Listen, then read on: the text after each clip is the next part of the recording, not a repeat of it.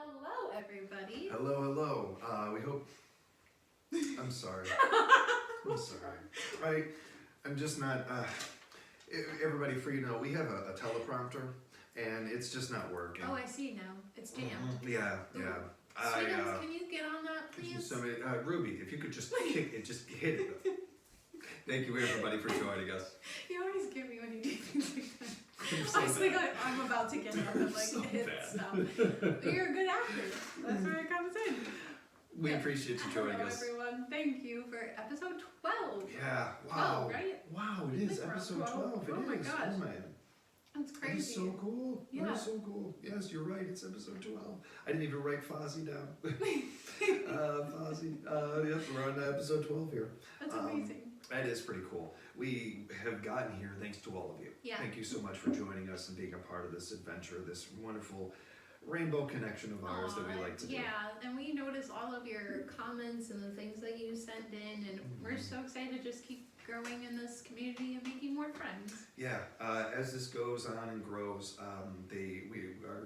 you guys our family gets bigger and bigger with this, and we're also finding so many more people, and people that I would have never guessed are huge Muppet fans. I know, love that. That so is much wicked. fun. That is awesome. I love it. Well, should we try to do the Muppets that we've had, and then pick out the hat? I think I picked out the hat last time. Yes, so it's your turn. this time, yeah. Okay, put my thinking cap on. Okay, so Marvin Suggs, Animal, Lips, Sweetums, Ralph, Beaker, Zoot, Muppet movie. It was a toss. You got this.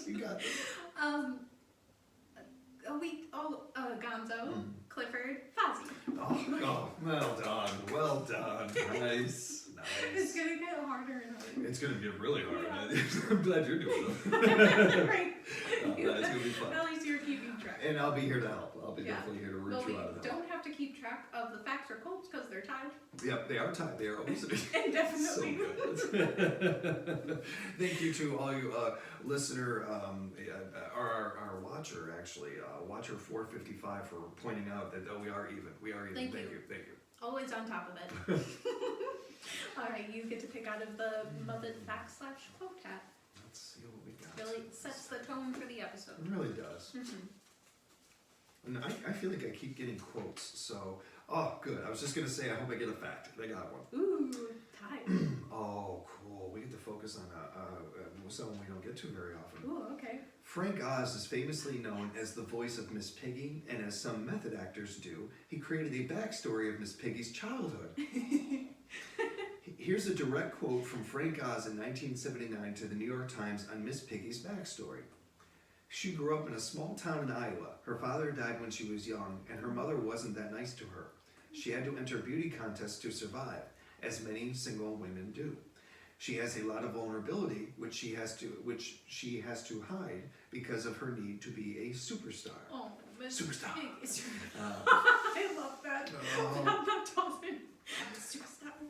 Wow. I mean, Frank Oz is already such a character, and then to go to these lengths, and to know that, and then to go back to famous, iconic, like Miss Piggy moments, really seeps in. I love that. All the old school voice actors are some of my bigger influences, and some of the people that I look up to so much and admire so much. Frank, of course, being one of the architects of all of this. Yes. I love that he did this. I love that he did this. It speaks so much to my soul that he would give a backstory when there is no need to. Right, But for him, there is a need to. Yeah. Like, I get that. To my core, I get that. That's so cool. Have you done that before? Absolutely. Oh, absolutely. Especially in plays where I'm not getting a lot of direction, or I'm struggling to hit the mark. Out of the 101 characters I've played, I would say at least 70 to 80 of them don't walk like I do. They have their own walk. So just as an example, if I'm struggling to get that walk down, or something, or an accent, giving a backstory really helps. I even gave one, at times I give one where not everything is known about Sherlock. and giving some backstory to that, or George Bailey in It's a Wonderful Life. I didn't feel like we knew everything about him, even though there's a flashback in that to him as a kid and stuff. Sure. I kind of sprung off of that, and why does he struggle with mental health later on in life, or these things, and just voice kind of acting. puts your own flavor onto it too. And it helps you put your own spin on it, so you're not trying to be Jimmy Stewart or Right. something like that. Yeah. The idea of doing it with voice acting and with Muppets or cartoon characters or anything, for one, I champion. I think it's awesome. Yeah. But I don't think many people would think of it. Yeah. And that's dedication. That's showing there's passion, there's talent and skill. And we know plenty of people that have those things. But I will take passion every day. I will take that every day over skill or talent or anything. Every once in a while you get somebody who has both. Frank Oz had all of the above. Yeah, such a talented human being. Oh, and this is going to be really, really niche moment, but I think it's in the Muppet Caper. There's this, it's either, I think it's Caper or it's Manhattan. They blur sometimes in my mind, but I want to say it's Caper. There's I think a they part. blurred for the writers. Probably. I feel like they were just like on top of each other. There's a part where they're in a dog pound and there's two cages next to each other, and the names are I think that they're like Frank and Jim are the names of the dogs. Yeah, and it's just super brief. Like it happens so fast, but I pointed. I was like, "Man, look, it's in Frank and Jim." There's a couple of reoccurring themes or things that we bring up, and I know that one of our favorite things is the breaking the fourth wall stuff. Yeah. And we even do that with the podcast here, and stuff. And the Muppets were some of the greatest at it. Kings of it. I would love to know if, because I have a hard time believing he didn't, I'd love to know Frank Oz's influence on these characters. And how much that might have changed them, or how much he got to work with the puppeteers. Absolutely. I would kill to be on the set with Frank Oz and some of these puppeteers working together, if they did. I don't know how. I don't know a lot of the dynamics. We'll have to ask the guys that the next time we talk to them on their podcast, maybe. Or ours if they when they join us on ours. Absolutely. What a fun fact to start off with. It was a really good one. And again, big shout out to my oldest here, because this is all her work. She has done such a masterful job of finding these things and everything. Really appreciate it. Again, I'll take passion over anything else any day. I got lots of passion. Don't worry. You also got plenty of skill, so that helps too. Oh, thank you. I appreciate it. So I think you get to do There's always such a pressure. There really is. Because it's what the whole episode's going to be about. So exciting. Here we go. And it is... It's a movie. Ooh. And it's one of my favorite movies. It's the Muppet Christmas Carol. Oh, perfect. Oh my gosh. This is honestly, like, Christmas movies aside, like, in my top 10 movies, which I can't name, but this is in them. Because it's so good. It's a masterpiece. So, I don't know if it was, I think it was the Gonzo episode, but... I know, I need to calm down. I love it. I think it was the Gonzo episode where you mentioned that this is one of your top 5. No, it was the Muppet movie we did, because you grabbed that one too. Yeah. You grabbed both the movies. I think it was also the Gonzo one, because I mentioned how, like, I loved him as the choice for Charles Dickens, so you were that's right. Yeah. So I've been really looking forward to this one, but I'm going to be taking a little bit of a step back on this one. Like you did with Gonzo for me, I'm going to be doing that a little bit with this one. I'm interacting and stuff, because honestly, if I'm privileged enough to be there with you when you're little and putting on a movie for you at Christmas time, or if I'm with my brother and sister or something like that, this is the movie I put on. This is the Christmas movie 100%. I put on. I always did, and always would. Every family kind of has their Christmas movie. Like Matt's family, my fiance, they always watched Christmas Vacation. That's another good one. Yeah, and I had never seen it until we got together. That's awesome. Yeah, so now I have like parts memorized because we watch it every year. But this is mine. It's such a good one. Yeah, it's timeless. I think of all the tellings of A Christmas Carol. There's so many. There's so many good ones, and there's a lot of great actors over the years and everything. This is the definition of it to me. Yeah, this is the way it should be done, with heart, with fun characters, and not human beings. Like, I feel like one of the things, and I know this, and I'm certain of it, it's not, it doesn't take rocket science, it's not a lot of deep digging here. Muppets are such a mirror of us. Their actions, their feelings, and so many times when they're doing something like, that's silly, but we do that very same thing. I feel like A Christmas Carol is such a play about life, and a play about us being able to kind of look at a third person perspective of oh wow, I do things like that and I'm not proud of that, or I do things like that and I feel good about it. So to have the Muppets doing that, it's almost like meta inside meta inside meta. It's, you know, that kind of thing. It's interesting. Very interesting. The last time we did a movie was very fun, and my future well, by the time this comes out, she will be my mother-in-law. Oh, that's right. This is my mother-in-law. Yeah, this is after this episode. Yeah. Yeah. This is the first episode of you being married in the future, which you're not right now, but in the future. Yeah, time traveling. Yeah. She always listens and watches, which I super appreciate. She's very so sweet. much. Thank you, Jean. Yes. But she messaged me and she said, I loved the episode talking about the Muppet movie, and she gave like some ideas of how we could structure the next movie we have, because we didn't really have a game plan. Yeah. So I'm trying to remember things that she said. I think it was like moments that we liked, songs, maybe like plot structure, So, things like that. it being one of your favorites, why don't you give us a bit of a synopsis, a bit of a cliff notes of the of the movie, and we can kind of go from there. Yeah, that sounds good. So it's I'm sorry to cut you off, No. but I realized I did that to you after saying that A Christmas Carol is so well known and so popular. Like, no, I mean, yeah, it's a good refresher. So it centers around the character of Scrooge, Ebenezer Scrooge, and he is known around the town as being very like humbug, and he does not like Christmas, and why does this guy hate Christmas so much?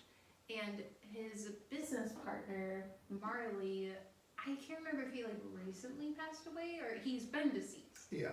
And Scrooge is just like the sole owner of this like housing company. Is that what it is? Yeah, I think so. It's like a slumlord. He's a slumlord. I'm pretty sure he's a slumlord. Yeah. And so he's visited by the spirit of his old business partner Marley, and informs Scrooge that he's going to be visited by 3 spirits that night: the ghost of Christmas past, ghost of Christmas present, and the ghost of Christmas future. And he kind of goes through you better change, or like you're gonna turn out like Marley sort of deal.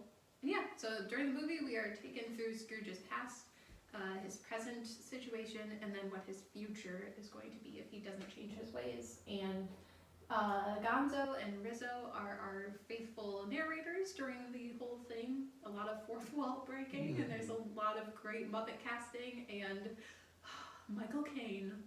The one and only Michael Caine. I would do anything for him. I would take a bullet for Michael Caine. I would take a bullet for him, man. Yes. I love Michael Caine. Absolutely. He's easily one of my biggest influences ever. Ever. Michael, quick story for those that haven't heard it, and you might want to look this one up because I'll forget some details, and it's worth looking up. Michael Caine is young, struggling as an actor, cannot get a break, but he's got all the talent, but it just cannot seem to get that break. Aww, And he's looking for this thing to give him an edge, thing to make him stand out or something like that. And his mom shows him a news article, or maybe he saw it in the paper himself, but I'm pretty sure it was his mom that showed it to him, about this class for like £1 or £2 or something like that to learn how not to blink. Just know how not to blink. What an obscure little class. Yeah, and he feels like, well, maybe as my stage presence, this will give me a little bit of an edge as far as like playing a darker character or any of these things. Sure. He does this, lands the very first role he auditions for afterwards, Really? and goes on to be Sir Michael Caine, Sir, the actor that he is. And he always goes back and gives credit to that teacher and to that taking that simple little class and everything. That feels so Mad Libs. Like. Yeah, it really does. And I feel like that skill level, we're going to hear from Michael Caine eventually anyway. Yeah. But I don't know if we do as early as we do, and he has as long of a career as he does. It's kind of funny to think of this simple little thing that brought us one of the greatest, wonderful actors we'll ever see. Right, how pivotal. Oh my gosh. And I can honestly not see anyone else playing Scrooge in this movie. I think this movie in particular, especially when it came out, and how much it meant to your generation and to even to mine and the older crowd and stuff. I think one of the things that's so unique and that makes it so bona fide is that you have Michael Caine doing this. Yeah. At this point in his career, Michael Caine doesn't need the money. Isn't doing this for notoriety or something like that, or any of these things. Michael Caine's doing this because he wants to. He's very established. Yeah. He wants to do this.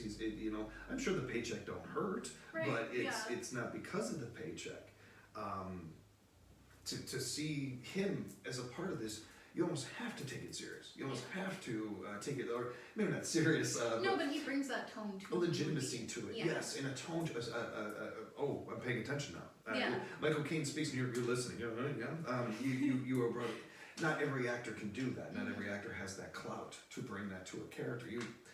Muppet Christmas Carol, that's cute. Oh, Michael Caine's in this? Oh my. Absolutely. Oh man, all right, I guess this is something here. Let's check this out.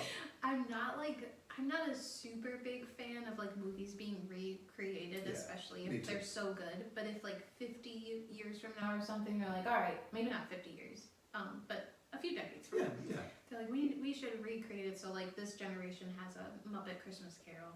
Yes, Carry on. that kind of thing I like. I think Leave the that- Princess Bride alone. You don't you touch it. Don't you do it. Get away from it. Stay away. I think that I would cast an older Benedict Cumberbatch in that role. I think that he would like Perfect. chef's kiss. Yeah, I think that he could like step into those shoes because he would also like pay respect to like Michael Caine did it best and everything like that. But And I think he would do it.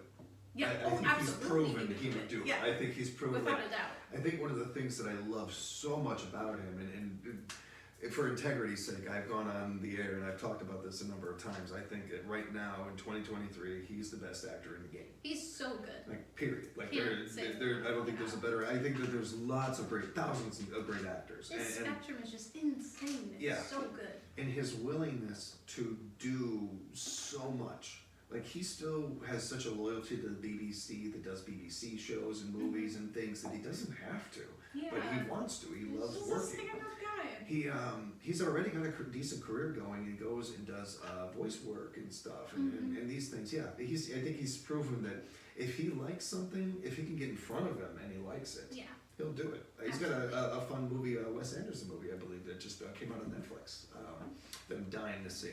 Yeah. On Netflix? Yeah, I did see a cover for it. I didn't know it was Wes Anderson though. I'm not sure if it's Wes Anderson or Paul Thomas Anderson. Don't do this. I know, I'm sorry.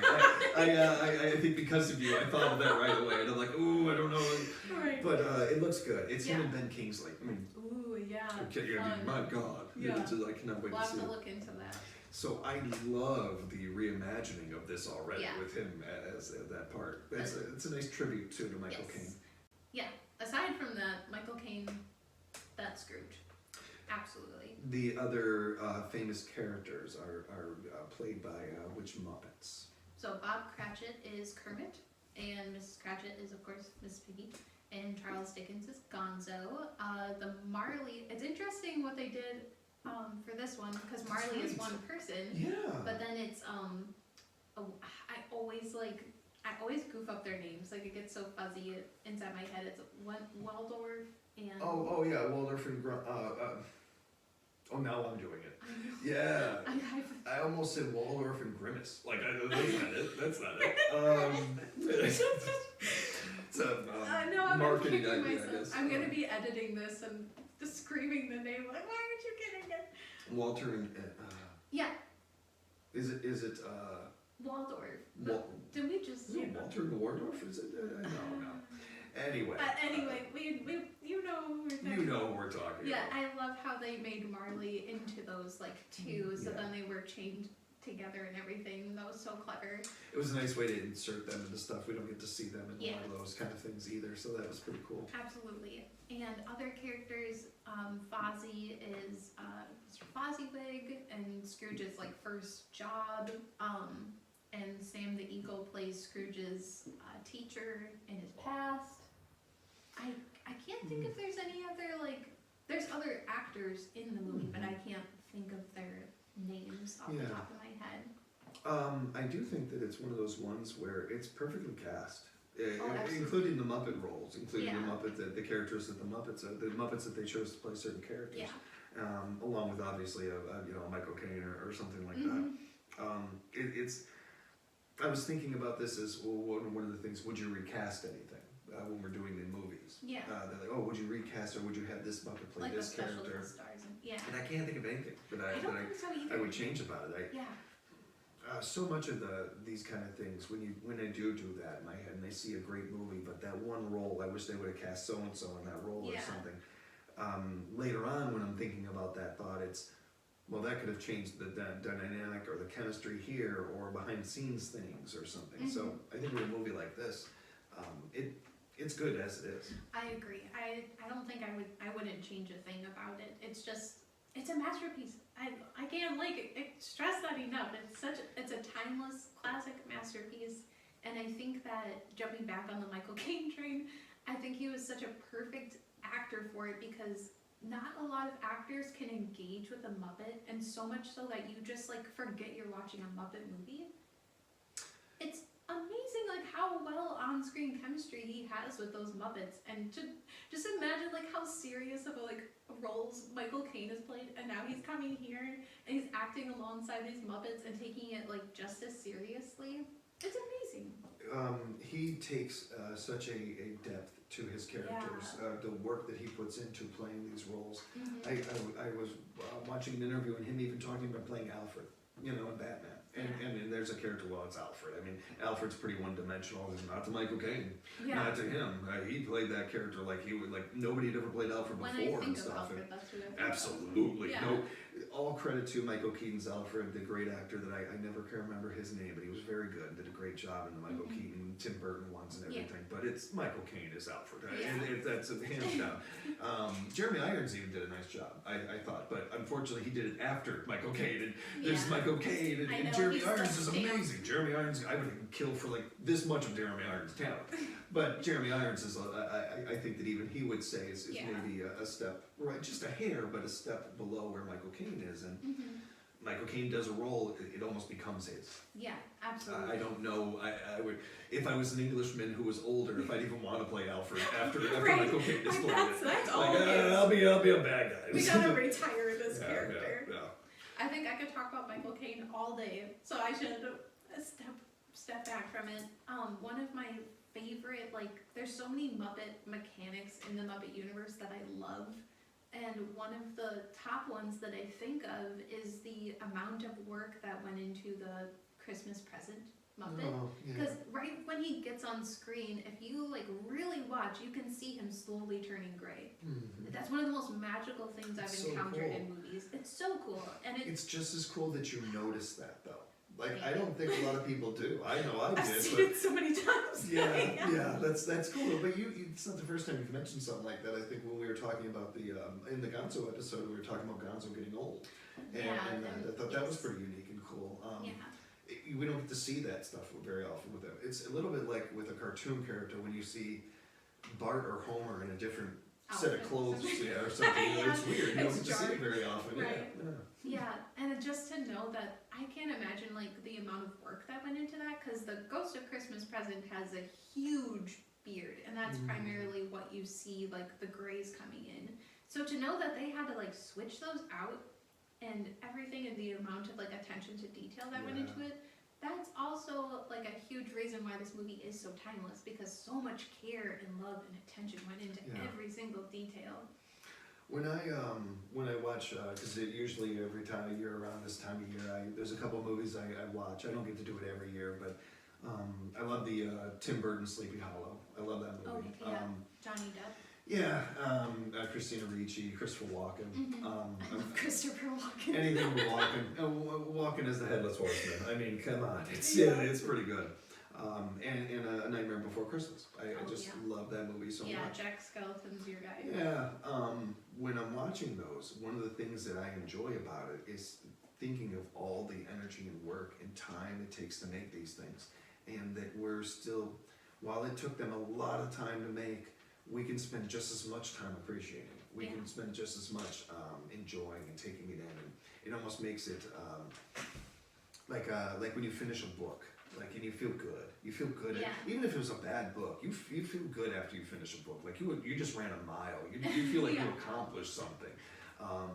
It almost feels like that with those movies. Yeah. When you're done watching, like you feel like you were a piece of it, a little part of it. Yeah. The Muppet movies have always done that to me. Muppet movies, I can't turn my brain off, and when I'm watching it, I'm watching the scene, I'm laughing, I'm enjoying.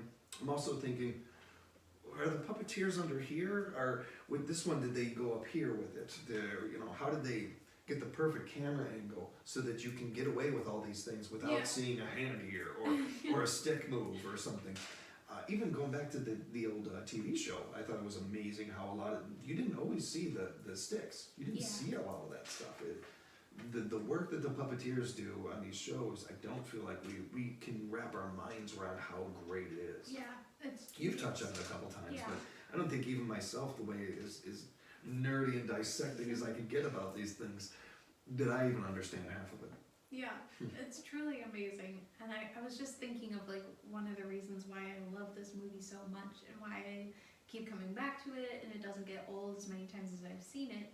I think it's because of the beauty of how they can go to, like, Gonzo and Rizzo just say something super funny. Like, I think Gonzo is lighting the lamps or something, and he lights Rizzo's tail on fire, and Rizzo's like, light the lamp, not the rat. Yes, it's such a good line. All of those funny moments, it can go from that and so smoothly segue back into this serious dialogue and the tone and everything, and how the Muppets are so golden at integrating songs into movies, and I love the songs in this movie so much. Like the Scrooge song, I am not ashamed to say it, it is on my main playlist that I just go to shuffle when I'm like in a music mood. It's on there. It's wonderful. Thank you.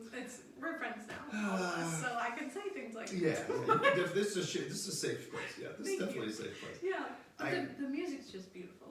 I hadn't thought of it until talking about it right now, but there's a lot of Muppet movies now, and similar to like Star Wars and stuff, when I was a kid, you were starving for new Muppet movies and things. And by now, at this point in the game, we've had quite a few of them. It's interesting that out of all the movies, including the original, which is still my favorite Muppet movie, or one of my favorite movies, but even with that one, this is the one that they got the most right.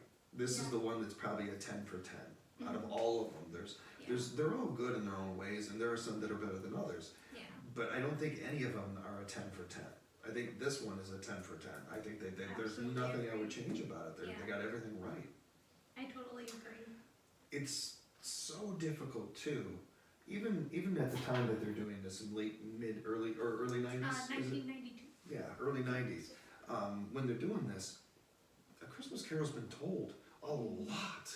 Yeah. It's difficult to put a new spin on something like that. Right, yeah. Even just throwing Muppets in there is not enough. You've got to do something different, and they knocked it out the park. Yeah. I mean, they really were able to do it, even with that. I forgot one of like the main characters when I was doing the synopsis. Tiny Tim is played by Robin. Yeah. And that dynamic, Robin is just so sweet. So sweet. And he plays a perfect Tiny Tim. And we don't have a lot of Robin. We don't. Yeah. I'm glad you brought that up. We really should have more Robin because he's just such a sweet. He's just a little sweetheart. He's a great character. Yeah. He's a great character. Little Kermit's nephew. I don't remember when he came into the fold, but I I know remember. he's in the Muppet movie. Yeah. Yeah, you're right. And I don't know. I'm not always a big fan of when they bring in new characters, or when it feels a thin line. Or if it feels like they're just bringing this character in to try to get this certain age group or this certain group or whatever. I don't think many of us are fans of that in general. Right, like you're being spoon-fed. Yeah, that one didn't care. They just liked them. Like the opposite of Scrappy Doo. Like almost complete. That's a good comparison. It's kind of completely other direction where we're okay with this. Yeah, come in, Robin. Yeah, okay. Kermit's got a cousin. Fine. That's great. We play along, and I think that is a perfect. I'm glad that came up because that is a perfect casting. Yeah, and I love too that the Muppets' personalities are inside of these characters. Like Miss Piggy is still like Miss Piggy, even though she's playing Mrs. Cratchit. Like she's very brass and like, you go tell him, Bob, or I'm gonna go tell him myself. It was a unique choice because I think it would have been easy to just have them play the characters. Yeah. But them putting their own spin on these, it's almost the opposite of method acting. It's almost like, yeah, I know this character has it's again, Kevin Costner plays Robin Hood and he doesn't even use an English accent, for God's sake. Really? Like there are kids doing grade school productions of Robin Hood using an English accent. Who are you? What is the arrogance of Stop. I just had to do a callback to the other episode, but it's as if like it's kind of like that, like yeah, Robin Hood's always had an English accent, but you know what? I'm gonna give him a Spanish one just because I feel like it. Like it feels like I like the idea of Miss Piggy getting cast, and she's like, no, I'm gonna be me. I'm gonna be me, yeah. Miss Cratchit needs to step it up a little bit. You're working with Michael Caine, and you're like, well, yeah, let him do the method stuff. I'm gonna be me. I like that. Absolutely. And we still get fourth wall breaks in this movie. I mean, definitely with the narration side of things with Gonzo and Rizzo. I like towards the end when Gonzo's like, you're on your own, because it gets scary with like the ghost of future or present. And even too with the Sam the Eagle when he's playing the schoolmaster, when he says American history, and they're like, oh, we're in England. And he's like, British history. So good. So good. The timing of it in between is Very so much. good. Yeah. It's hard to say, and maybe you have already said it, but as we're wrapping up, is there not a favorite scene or a favorite character or anything? That'd be a little bit difficult to ask. Yeah. But is there something that every time you watch it, no matter what, it gets you every time?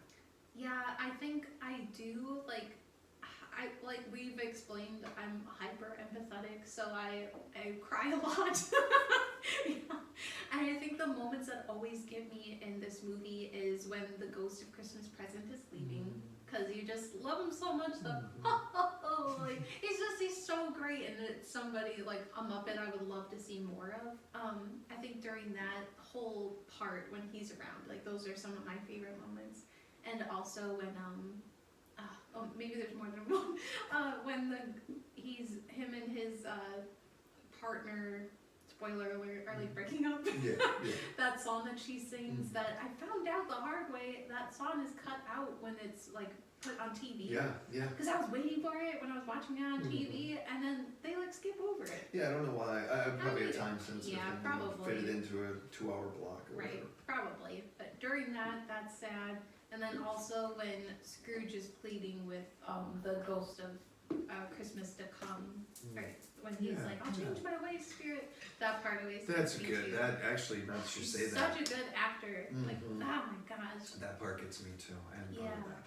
Those I like parts, that. those parts make me kind of emotional, and then I just love the whole dynamic of Gonzo and Rizzo. Like, I could never get enough of those two together. Unsurprisingly, those are some of my favorite moments. Yeah. In particular, the one that you mentioned there, because it's so. It honestly felt like something that they improved. I know they didn't, but it felt like something that the Muppets themselves improv with the burning of the tail and all that. But it was so funny. I don't know if it's a moment necessarily as a. Spoiler alert, Michael Caine smiles at the end.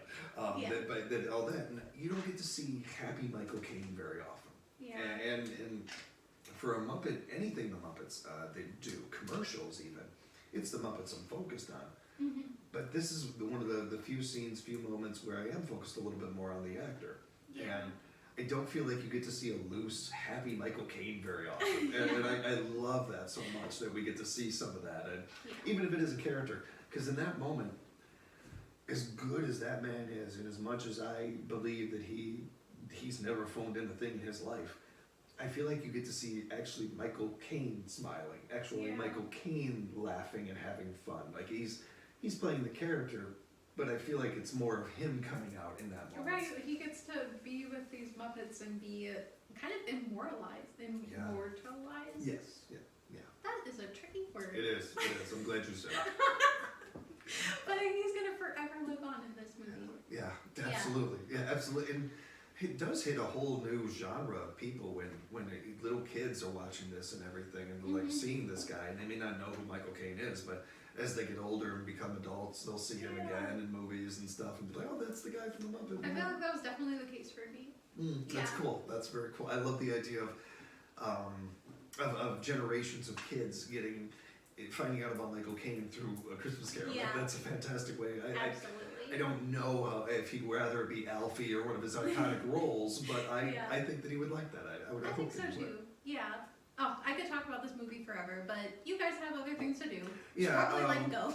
we're gonna let you guys go. We'll keep talking for another. Yeah. I gotta let her keep going here. Thank you. She's got to get this out Let of me her get system. tired of it. She'll never get to sleep tonight if I don't let her get it out of her system. I'll be here half asleep, honey. And I love this part. Thanks, Bree. Thanks for hosting, and thanks for having us here, and thank to all of you for taking us. Thank you so much. Yeah, I hope that I'm gonna be kicking myself if I'm gonna miss anything because I just love this movie so much. But thank you everybody for tuning in, and if you want to support the podcast further, you can subscribe. You can follow us on Instagram and YouTube at What the Muppet Pod. And if you have any thoughts about the Christmas Carol or anything else, shoot us an email, and that's in the description.